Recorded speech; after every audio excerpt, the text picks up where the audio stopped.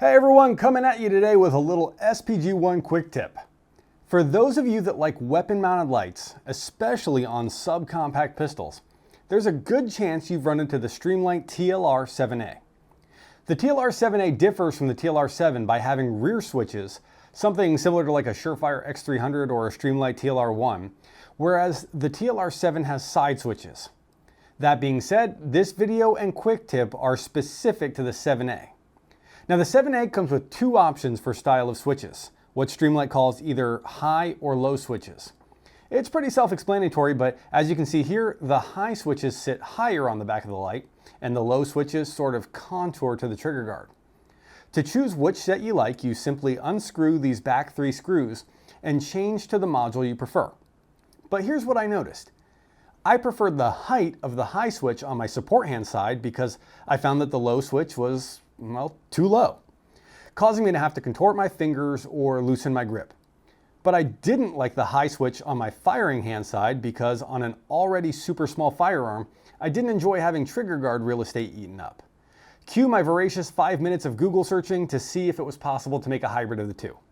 But my search turned up nothing, so I decided to do some dissecting and found out, yes, it is possible. It's actually not that difficult. However, there are some very small parts that you'll want to keep track of. So you probably want to do this on a clean desk or some type of tray. I also suffered trying to use my fingers the first time, but if you have a pair of tweezers, that may make your life a little bit easier. The first step is to remove the switch connector bar by using a small punch, or in my case, I used a safety pin. Obviously, be careful if you use a pin that you don't wind up putting a hole in your hand or fingers.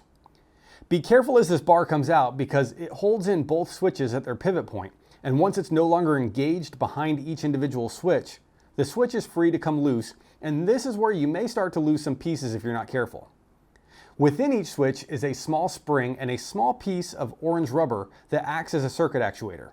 If you lose this little orange piece, your switch will no longer trigger the circuit to complete.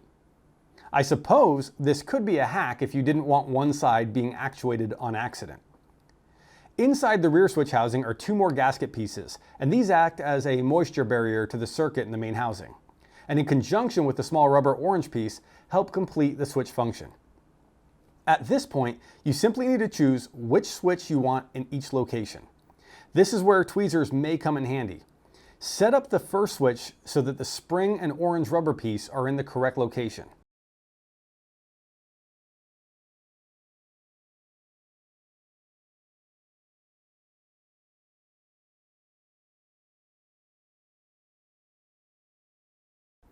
Align it to the back of the housing, and then begin sliding in the connector bar to hold in the first switch. Take note that the force of the switch may push out the inside housing gasket, at which point the orange rubber piece could fall through, so it might help to have the housing opening facing up.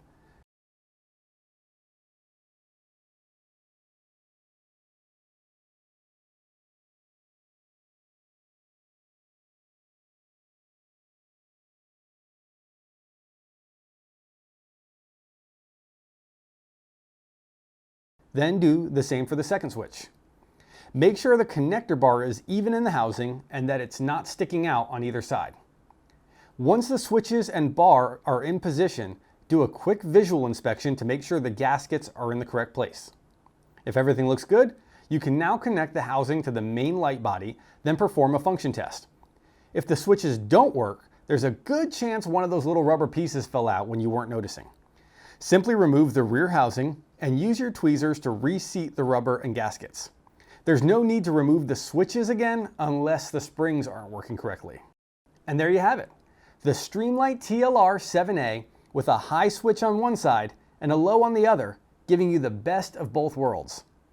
Thanks for watching, and if you're looking for a great way to keep your gear in tip-top shape, check out S2S Gunlube.com for some high-quality stuff. And with no extra input needed, there will be an automatic 10% SPG1 discount applied in cart.